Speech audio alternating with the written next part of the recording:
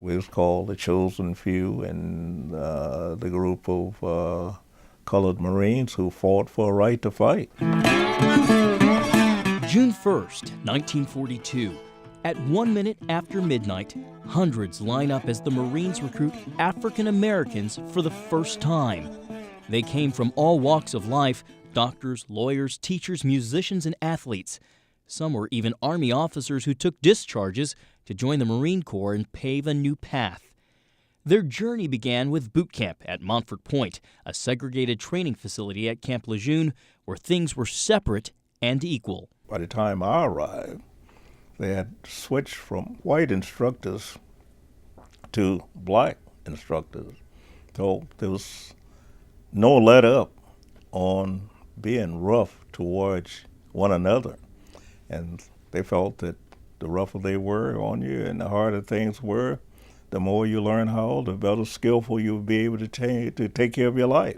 Reuben J. McNair, then a young kid from Mississippi, enlisted in 1944. The Marines were, they said, fighting land, air, sea, water, and I wanted to be one of those people. Plus, I loved the uniform. Those dress blues, I just couldn't wait to put a dress blue on. He knew it would be a challenge. We had a gentleman called Judo Jones. He would go out and he would teach you judo. And you learn to flip people from one side to another. But he had another goal in mind. By the time I was 10 or 12 years old, I could take a .22 rifle and strike a match 25 yards away. I was very skillful at shooting. I sort of bragged on myself, telling the drill instructor how good I were. But I made one mistake. I kept asking the drill instructor, when are we going to fire the gun? And the drill instructor would look at me and he said, lad, it's not a gun. This is a rifle. After running a few laps around the platoon, holding the rifle over his head, he got it right. And 6 weeks later, McNair finally got to show what he could do. Goes to the rifle range. And my drill instructor walks over and pats me on the shoulder and he says, young Mac, says, you've been talking about how good you can fire this gun. Today you can call it gun, you can call it baby, sweetheart. Show me your stuff. Can you really do it?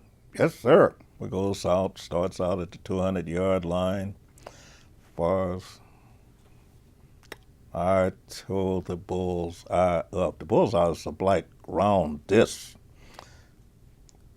Had all the drill instructors, they was round, peeping, looking. I mean, he had the little glasses out, peeping down. I'm just knocking this eye out. Goes back to the 300-yard line. I'm knocking this thing out. He said, he told you he could shoot.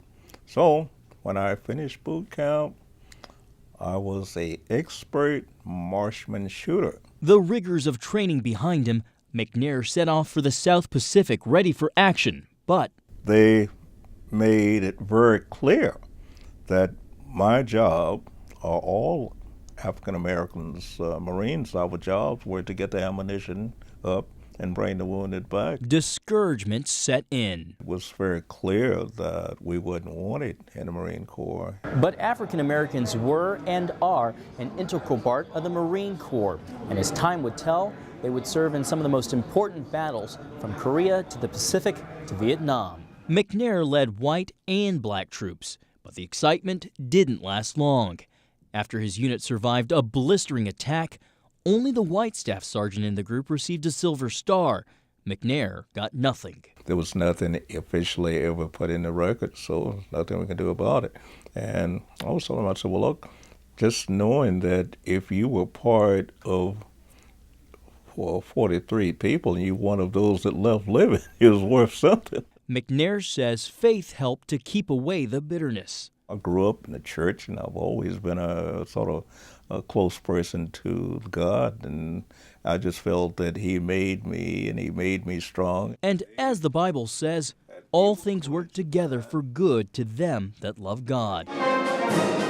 Last year, the Montfort Point Marines were awarded the Congressional Gold Medal, thankful for the honor, but admitting it was a long time coming. My mother always told me, it's better son, it's better late than ever. I didn't think it would ever come because, as you get older, You know, you just think about these things that would never happen. I'm one of the ones who started the Montford Point Marine Association in Philadelphia. There were 7 of us that started it, and at that time, we never thought we'd see a black general, much less the ones that we see today. Being black, you can't let that be a drawback. You have to look forward. There's better things in life than to dwell on your color. Look to the Lord. He have all your supplies and all your needs. Just trust in Him and believe in it. He have it. You have to accept it and be thankful for it. One of the Marines even got a chance to meet President Obama, as shown here in this never-before-seen photo given exclusively to CBN. And as for McNair, he served 20 years in the Marines. It was so nice to get out and come home and be with these little guys. I had 3 sons and a lovely wife, and just come home and enjoy. And so it's been a great life. Paving the way for generations to fight for their country and follow in their footsteps. John Jessup, CBN News.